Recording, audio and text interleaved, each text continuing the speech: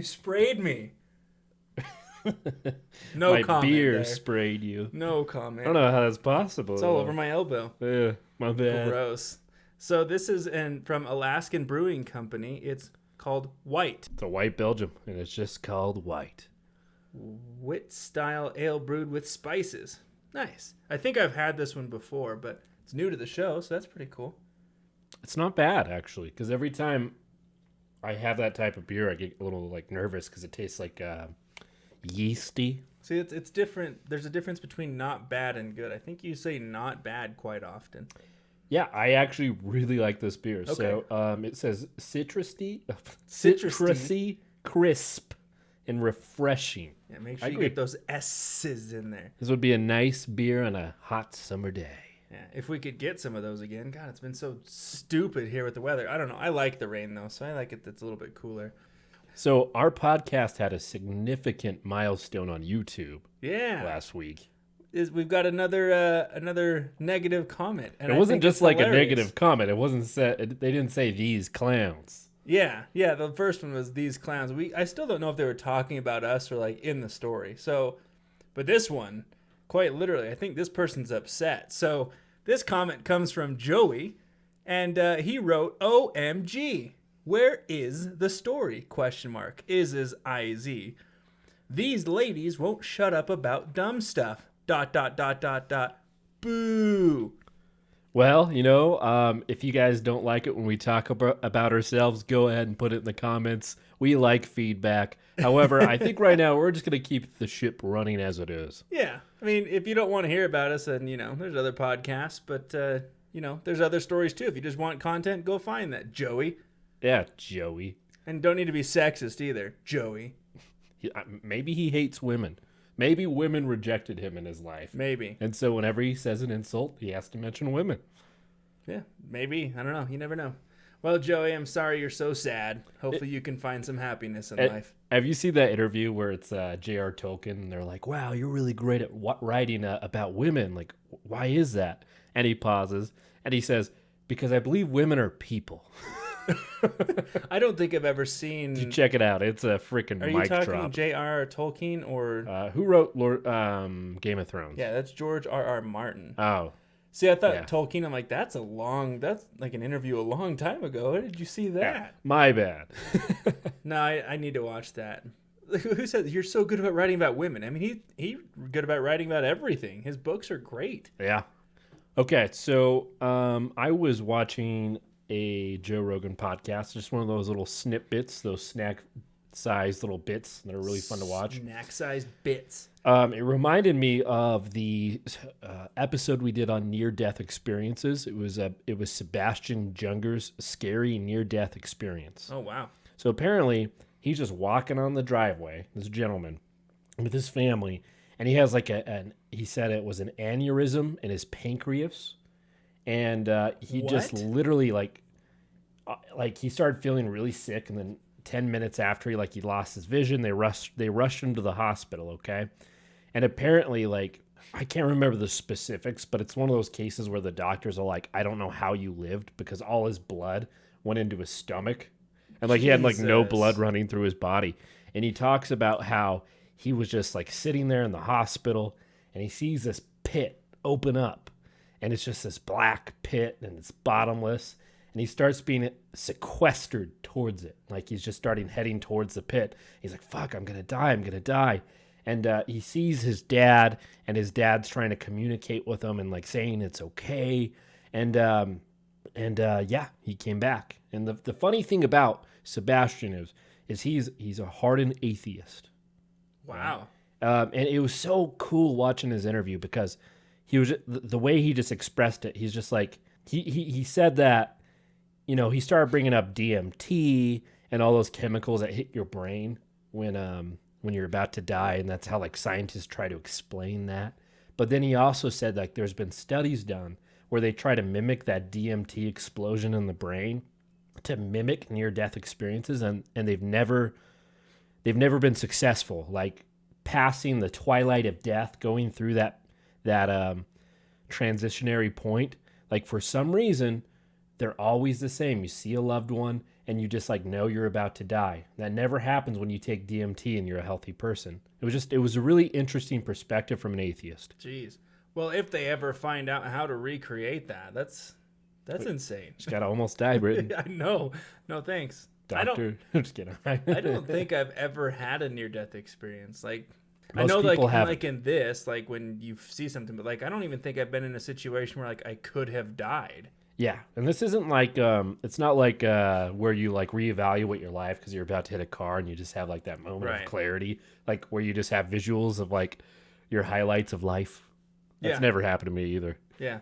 I don't know. I hope it doesn't. Like I just hope that I die when I'm really old in Hot bed, tub. just or in a hot tub. I'd be okay with that.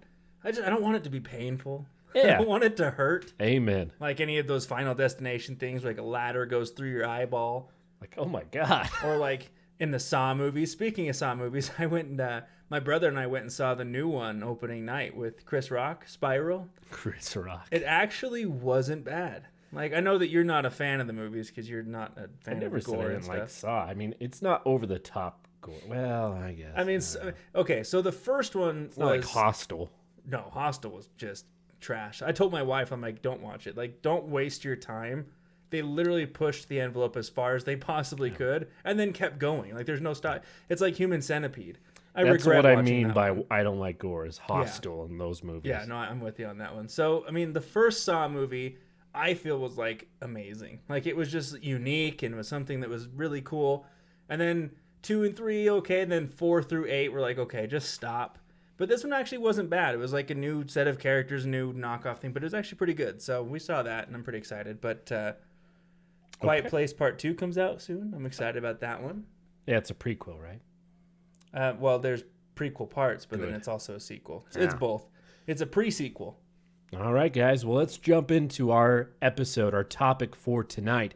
So it's going to be a Reddit episode. Yeah. What is your creepiest, most unnerving story? Real or not? Please creep us out. So we also get to decide whether we think it's real or not. So, but the object here is to be creeped out. So Tell us in the comments if you think a certain story is real or fake. We'd like to know. also send us yours too, because I would like to hear your personal scary stories. After you. All right, this comes from That's a Paddlin', I guess. It's from 11 years ago. This is an old one. In the late 70s, my uncle was studying medicine at the University of Chicago. After a morning class, he decided that he would hitchhike back home to Lincoln Park on the north side instead of pay for a taxi. And that's a bold move. A man drove up in a Plymouth Satellite and offered my uncle a ride. The man looked normal and seemed friendly, light-hearted even, so my uncle got in the car and they started driving towards Lakeshore Drive. However, once they got there, the man drove south on Lakeshore instead of north towards Lincoln Park. This is the point you're like, stop. I'm not doing this detour. Just stop. Yeah. Like, when do you say something? At what I would point have red do you say flags. something? The moment you go off course, man, you're You're about like, to get "Stop." murdered. You just got to pray for a red light and you open Right. the door and walk out. That's when he looks at you and locks the doors. Does that deep grunting? No thanks. My uncle told the man he was going the wrong way and to turn around and head north. The man looked at my uncle, put his hand on his knee, and said, "No, son, you are coming with me. You're going to live with me in my basement for years and we're going to be happy. You're going to be the son I never had." He smiled darkly at him. My uncle froze in panic, and when they hit traffic near the South Shore, he quickly unlocked the passenger door and ran away without looking back. Good Told call you. out. Yeah. Second you hit traffic, you're done. I just break a fucking window. I'm like, I ain't being your son. Bye. I don't care if we're going 60. I'm out of this bitch. A year or two later, on a cold December day, my uncle was having coffee in a cafe with my future aunt when he caught something on the TV that made his blood run cold. He saw the man that had picked him up from school that day the year before. He had been arrested for the suspected rape and killing of over 20 young men and boys. Oh my God. The man on the television was John Wayne Gacy. Damn. The dumb clown. And he had removed the door handle off the passenger side door to prevent the men he picked up from escaping. So he was He was the reason a lot of these people died, because he went through the passenger door. the clown man, right? Yeah. With the IQ of like 85. Yeah. Like borderline not there. Yeah. Not even borderline. He just wasn't there. Did all the children's parties as a clown. Guy was sick. Well, that was crazy. That guy definitely escaped death, but glad that your uncle's okay there, that's a Padlin. All right, do you think it's true? Yeah, I think so. My truth dar is going off. Your truth dar? Yeah. Like radar for truth? Yeah. Truth dar. It's like a superhero thing. Let's say truth dar. That's like a Star Wars character or something. Quaint. All right, this one is from Eflux. Eflux. My family and I used to go camping a lot when I was younger. Camping consisted of renting a cabin in the woods and spending a little time in the wilderness. So we consistently rented this cabin in Pennsylvania where we would spend long weekends when everyone in our family had some time off. My two brothers and I, each being in the 9 to 12-year-old range, would always run off into the woods and bullshit about while my parents did whatever. The cabin was on a mountain. If you followed a dirt road a ways past the cabin, the forest would open and there was a large field on the top. I want to own a cabin. I think that'd be so cool. It would. It would. Like a cabin in the woods. One day when I'm rich. With like merman. And then he comes and kills that people. Was so good.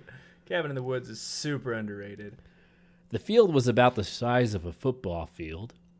Near the edge of the field, on the far side, was a graveyard. The graveyard was pretty small, about 20 graves, surrounded by a wrought iron fence. The fence was about 10 to 12 feet tall, with a Gothic-ish spikes on top. The fence had a gate, but it was locked with a thick, rusty chain on the padlock. Being kids, we're able to spread the gates apart just enough to squeeze through. This is like typical horror movie start. I know, I feel like kids run off to the woods. The small gravestones were very old and worn. I remember seeing one dated 1890-something. On top of one of the graves, just resting on it, was a smooth black stone. It looked like onyx or something. A little smaller than a golf ball, but not perfectly round. My older brother pocketed it. We dicked around a little and left. Yeah, you don't pick stuff off of a gravesite. Yeah, the freaking ghosts are going to come get you.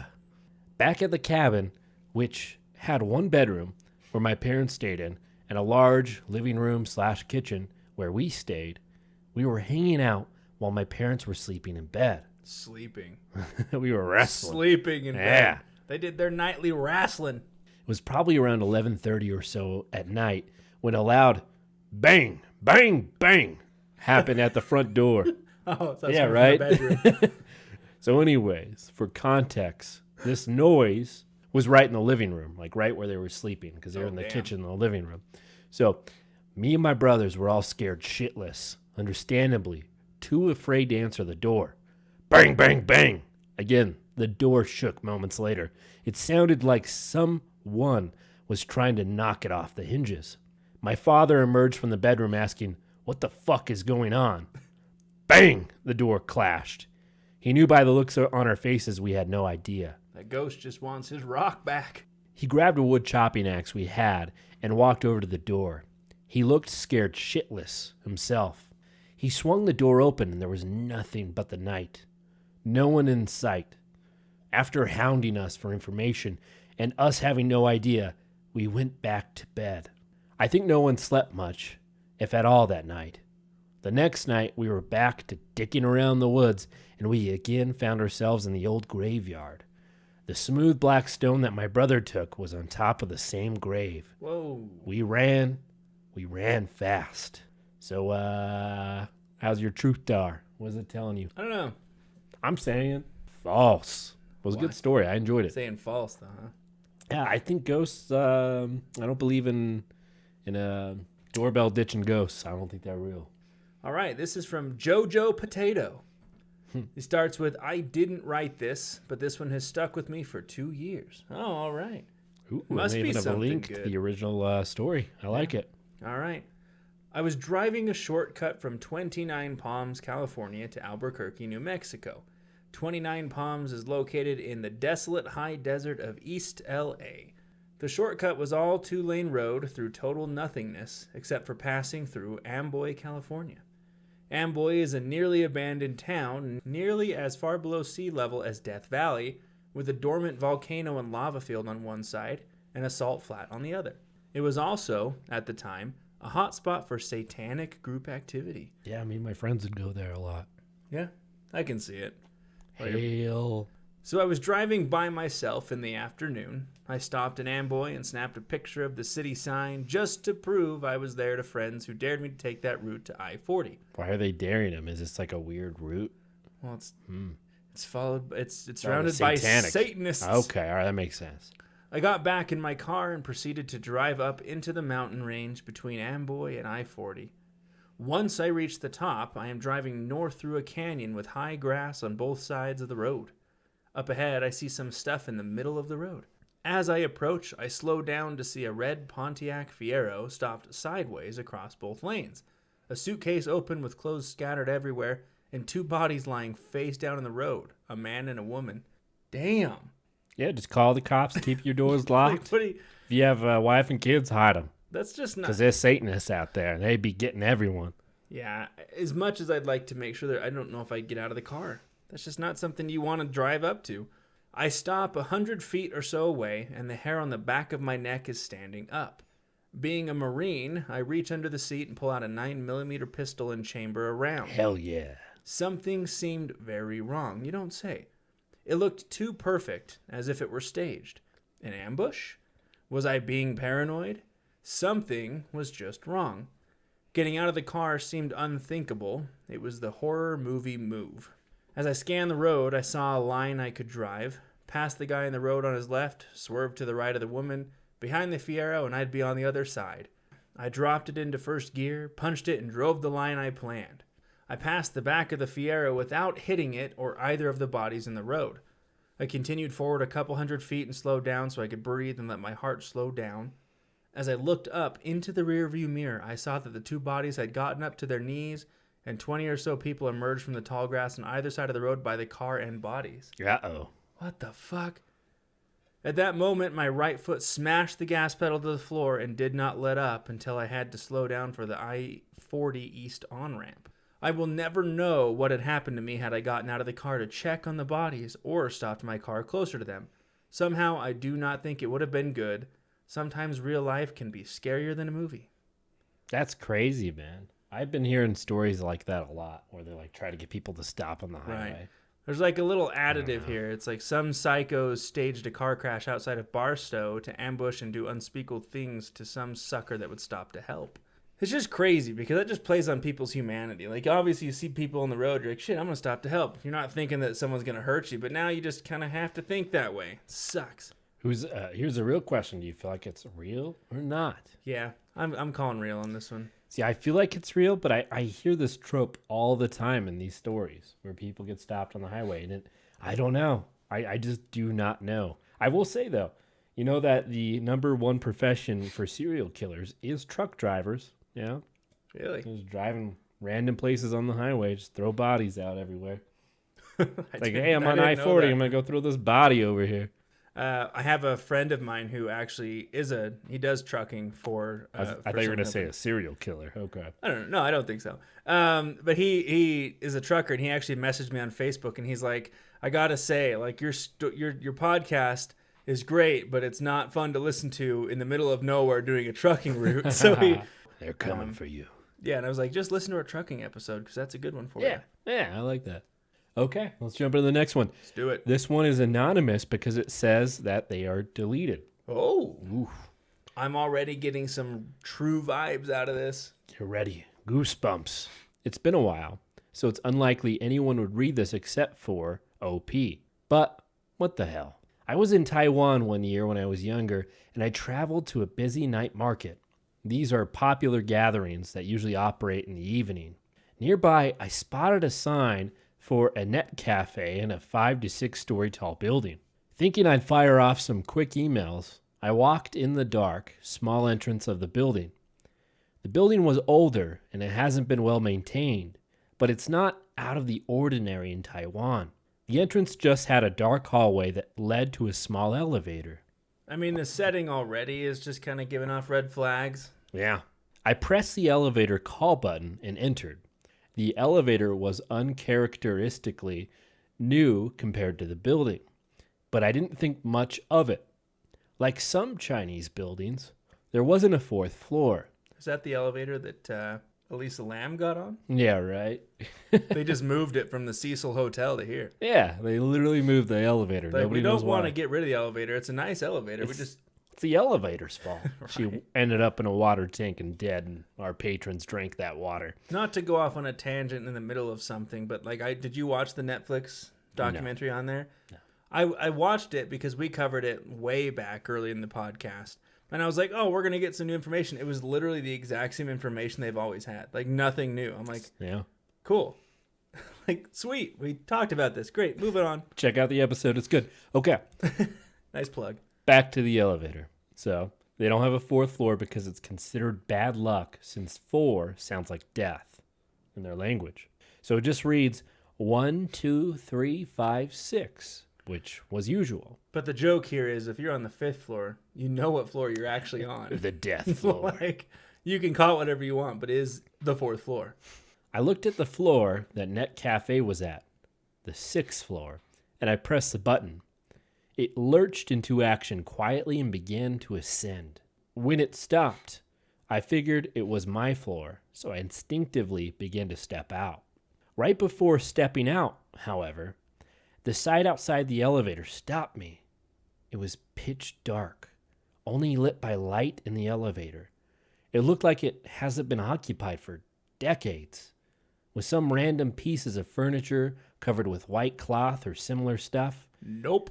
It was a small building, so each floor were single occupancy, so I could see pretty much the entire floor from the elevator. Thinking I must have gotten on the wrong floor, I checked the light that indicates the floor that you're on. Strangely, there was nothing.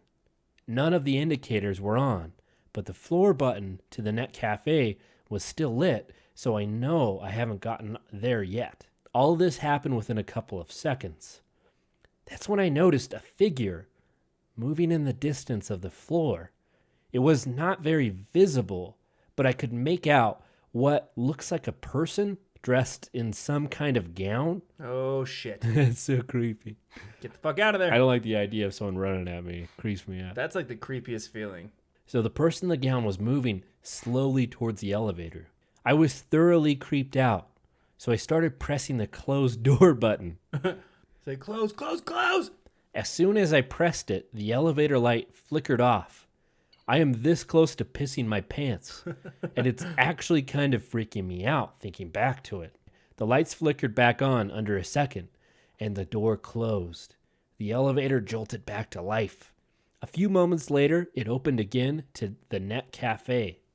I am beyond relieved at this point. I walked out immediately and sat down at the computer. After gathering my wits a bit, I walked over to the cashier's desk and told them what I saw. The girl working there listened, and her face turned a bit ashen. So I asked her if she heard of similar experiences. She told me that she has never experienced it, but some coworkers and occasional customers have brought it up.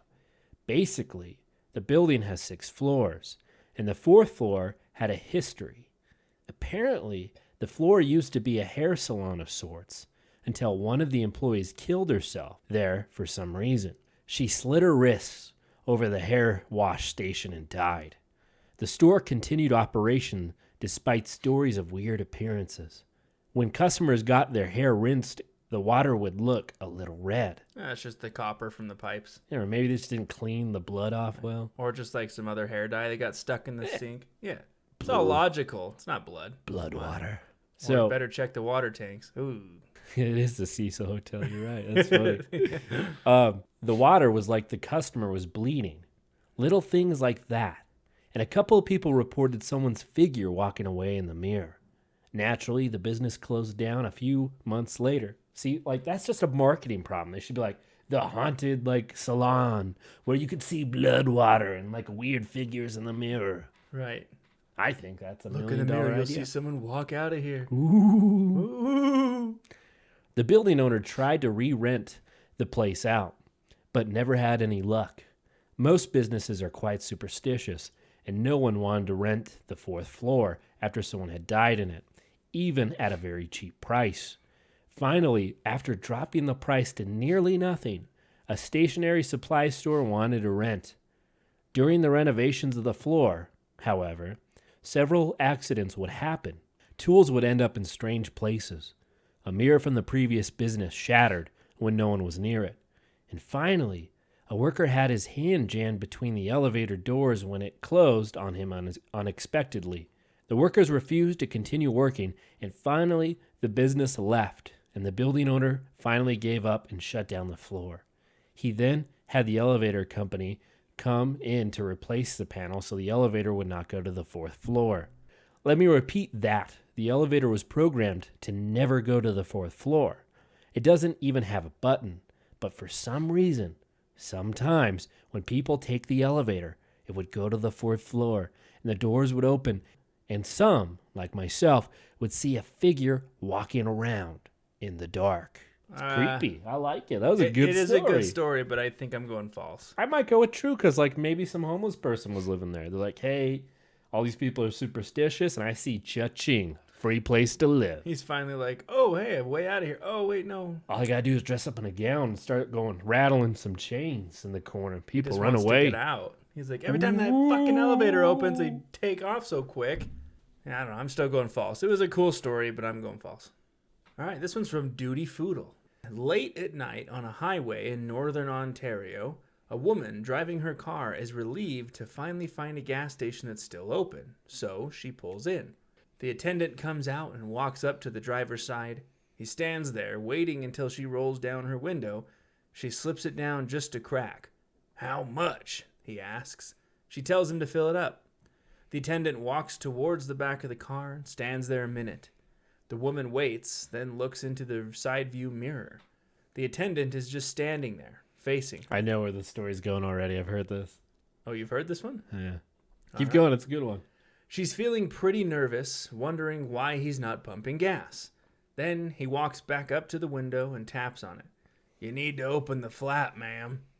Feeling stupid, the woman reaches down and clicks the gas flap open. The attendant walks back and starts pumping the gas. A minute or so later, he finishes and clicks the nozzle back into place on the pump. Then he stands there for a moment. The woman keeps looking at him in the side view mirror, feeling quite ill at ease. She doesn't like this, being alone at a tiny gas station in the middle of nowhere with only this stranger. The attendant then walks back up to the window and taps on it. She reaches into her purse and takes out her credit card, rolls open the window just a crack again, and as she passes the card through, looks up at the attendant. He's staring down at her with wide, frightful eyes. What the fuck? She looks away quickly, really creeped out, and she rolls the window back up as soon as the attendant grasps the card. Is there someone in the car with her, maybe? Who knows? I don't know where this is going. This is actually kind of creepy. I can't ruin this. It's kind of creepy. But he doesn't go to the cash booth. He just stands there a moment. The woman can't bear to look at him again. Finally, he says with a voice muffled through the closed window, Ma'am, there's a problem with your card. Could you please step inside the cash booth? I like how, like, whenever we talk about characters talking in stories, it goes to a redneck accent. I don't know. Every time. I just, like, all the movies where it's like a creepy person, they have, like, this... Ma'am. Yeah, ma'am. Problem with your card, ma'am. What's wrong with the card? She asks loudly, with a definite strain in her voice. Something's wrong with the barcode. I'll need you to come over to the cash so we can make a call to the company. There's no way she's getting outside of her car on an empty, dark highway late at night with only that weirdo around. Besides, she realizes as a sudden chill overcomes her, how could he know if there was a problem with the barcode if he hadn't even been to the cash desk to swipe it? The woman's breathing suddenly increases as she feels panic creep upon her. She summons up a note of restraint in her voice. Please, can you just call them yourself? Sorry, but I'll need to see some ID. Could you please just step over to the booth? It'll only take a minute. Realizing he won't let it be, she whispers a prayer, reaches into her purse and to check for cash. Yes, she has a $50 bill. Clutching it in her hand, she unrolls the window just a crack yet again and passes it through. Never mind, I'll just pay cash. Ma'am, are you sure? What? She almost yells as she accidentally looks up at him again, the same wide, fearful eyes staring down at her. She looks away. Yes, cash. I can fix the card problem You just need to come over to the phone with me, he says. I don't know why I took it on, man. Just come over here. Just come over to the with booth, me. ma'am. She's really terrified now and half screams at the man. Listen, asshole, it's cash. That's all you're getting from me. All right, he responds. Now you just wait right here and I'll go get your change. Don't move. I'll be right back. She can see him out of her peripheral vision, walking backwards towards the booth, always facing her. She can't bear to look his way. She can't imagine what he has in this booth. What if he brings it back with him? Fuck the change, she thinks, just as she realizes he also still has her credit card. She can't take this anymore. Fuck the card, I'll cancel it. She starts up the car, and as soon as it hums to life, she tears away and off into the dark night. The attendant is in his booth on the phone, breathing heavily. An official-sounding voice on the other end asks, "Did you tell her?" "No," the attendant responds. "I couldn't." "Why not?" "He had a knife and a finger to his lips. I tried to get her out of there, but the whole time he was watching me from the floor behind her seat." Oh, shit! Yeah. Called it. Yeah, I've heard that before. That's a good story. Yeah. I think it's false. Yeah, I mean, it's a really good story. Like, I was getting kind of nervous reading it. I'm like, Jesus Christ. So one time I was driving on a highway, and the person in front of me, I saw someone in the back seat with a knife in their hand. They're about to get him, and I would flash my headlights at them, and they got scared. I'm kidding. You know that story, right? Yeah, it's called High Beams. It's right here. They commented, there's a story called High Beams. Okay, I didn't know that. Yeah, I've read that one.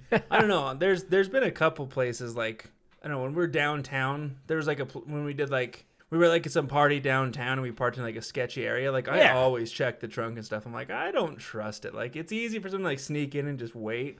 I kind of like excitement, and I just go. You're just like, I hope so. Let's see what happens. Let's see what happens. You're like, I hope for some excitement my Friday night. I'm gonna have someone in my car. Yeah, I don't know why we always go to that accent. I guess that's just the way we see, like, I don't know. Crazy, scary people. You have someone in your back seat, and like, you know, like you're probably gonna get killed, so you might as well have fun. And you start just like talking about, like, you start copying that Pee Wee Herman thing where he's like hitchhiking and that weird chick. Large Marge. Yeah, Large Marge. Like, exactly 1 year ago, you just start monologuing to yourself, and the person's like, "Who are they talking to me?" There was this freak driver in a dump truck, and he drove off the Empire State Building. And when they pulled his body out of the wreckage, they looked at his face, and it looked like this. And you just look at him, and The part scared me as a kid. It did. Oh my God. It scared the fuck out of me. But it's freaking Pee Wee Herman. I don't know. Like, if I wasn't like shitting bricks, and I was like, I'm gonna mess with someone if they're in my backseat, I'd pick up my phone call, like, yeah, I got him in my backseat. I got him right here. You ready for the drop-off zone? I'd be like, what the fuck? Yeah, we got a live body. We're going to go ahead and send him to the organ tray. Take the shot now. Take the shot now. All right. So this one is by Suggle Muddies. I'm just kidding. It's Muggle Studies. This isn't my story. It is something I read in a community I'm a member on of Live Journal. It goes like this. The girl posted a story about something that happened to her mother. Her mother would every now and then drive miles out into the boonies to see her parents. She describes what her mother told her happened to her when she was driving one night. Her mother is driving on a road with cornfields on one side. After a few hours, she sees something lying in the middle of the road, so she stops. Don't stop. It's a man lying on his stomach on the road, facing the opposite direction. Here comes Children of the Corn. I'm gonna get you. A part of her wants to get out of the car to see if the man is okay, but her instinct begins to sound an alarm that something is not right and that she should stay in the car. She decides to drive around the man and proceed forward. After she is several feet away from the man, she looks in her rear view mirror and sees the man in the road get up and walk into the field. Dun-dun-dun, dun-dun-dun. I believe it. I think it's real. Yeah, okay. I say it's real too. All right, this comes from Dusk Till Dawn. True story. My family used to rent a house in town along with my aunt and uncle when I was very young that we eventually moved out of because of very strange things that happened while we lived there. Someone whistle in your ear when you're trying to sleep? Because I ain't leaving for that. That pissed me off. I whistle every time I go to bed now just to mock the bastard. Right. But the most memorable and final straw was the night my aunt was using the toilet and just happened to look down at this small hole in the floor that had been there since we moved in and saw a man standing in the basement looking right back up at her smiling. So first and foremost... Sorry. He was just smiling at me. You think this is funny? I like your underwear. Fuck you, man. It drives me nuts because that whole thing was one fucking sentence. My aunt ran out of the bathroom and screamed for my uncle. After explaining to him that there was a man in the basement, my uncle went and got my dad, and they both went downstairs. Turned to find out it was my dad in the basement. Just kidding. I believed you. Gotcha. What a creep. The only entrance into the basement where they found nothing but footprints in the dirty floor where someone had been standing and moving around under the hole. You had to be somewhere in there, man. True or false? I don't think it's true. I think it's false. Mainly because the guy doesn't know how to fucking write. True story. Hey, when I was a kid and I had to write a paper, just one capital at the start and one period at the end. Oh my God. Yeah. No commas either. It's just no paragraph breaks. Just one big monologue of nonsensical gibberish. And then halfway through, you just kept writing watermelon. And talk about Mickey Mouse and how he lived in Disneyland. And that castle is his house. Mickey Mouse Clubhouse. Yeah. That's all I fucking watch anymore.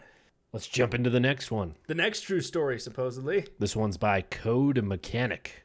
He prefaces this with true story. My friend's dad used to haul shopping carts from Western Washington to Eastern Washington for repair. I steal shopping carts. I know. We're sitting in them right now recording. It's pretty great. So he'd move them to Eastern Washington, then bring repaired ones back. He did this driving a semi with a trailer. One summer, my friend rode with him and told me about what happened on a stretch of rural highway. Hate that word. Yeah, dude, the less you enunciate that word, the better. Because it's rural. They're on the road, and my buddy is starting to doze off. Ahead, in the middle of the road, is a box. His dad says, "What's in the box?" His dad says, What's in the box? Okay. You sound just like Brad Pitt there, buddy. Just like him. Like, get the Oscar already. Hey, want me to hit that box? What the fuck does everyone talk like that for? Huh? Hey, want me to hit that box? Dude, like, when you're on the road, you gotta run stuff over. But like the accents we do, it's always the fucking grumbly Southern man. That's all I got, man. My name's Cleet. What do you want from me? Nothing much. And he just kind of grunts and shrugs, then closes his eyes. What the fuck?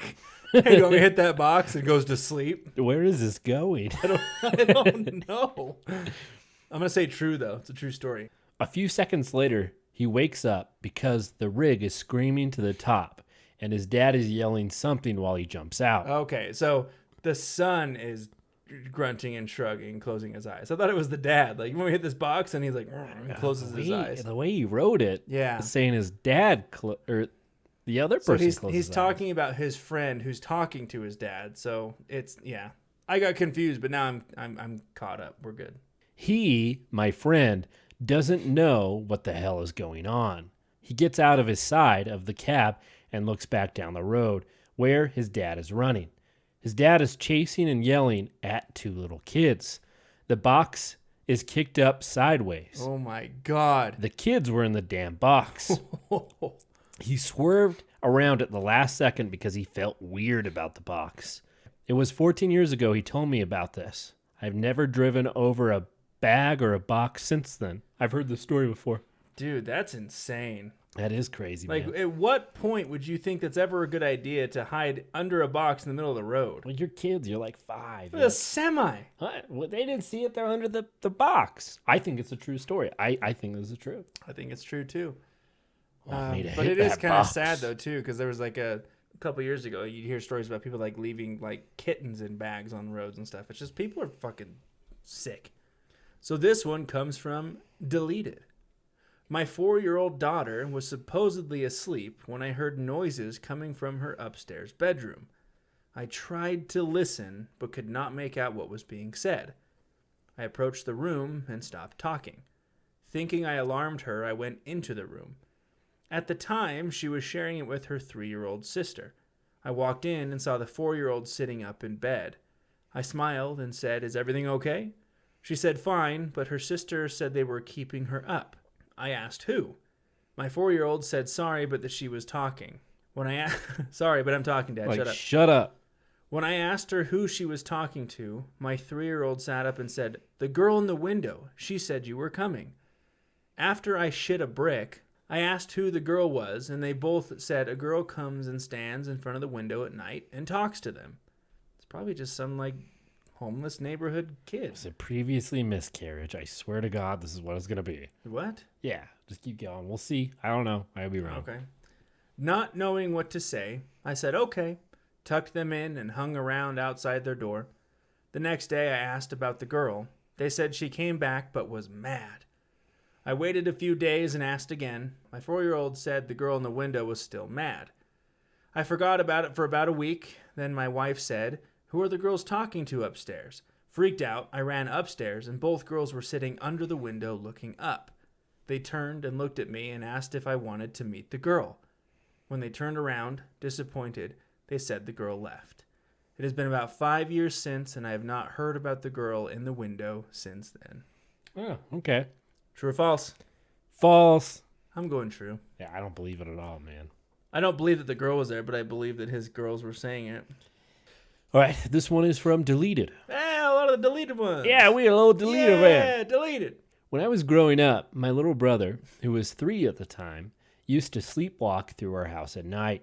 He'd walk down to the basement where I slept and cracked open the door between 11 p.m. to 2 a.m. He'd then slowly push it open and shuffle inside. When I'd ask what he was doing, he'd always stare at the floor and say, "Where's Mom?" I'd tell him that she was upstairs. He would repeat, "Where's Mom?" I said she's upstairs, dumbass. I said, "Where's fucking Mom, motherfucker?" Grabs a knife. Where Just- oh, the blade. fuck is Mom? Each night, I would take him back upstairs and lead him back to the bed where he'd fall asleep.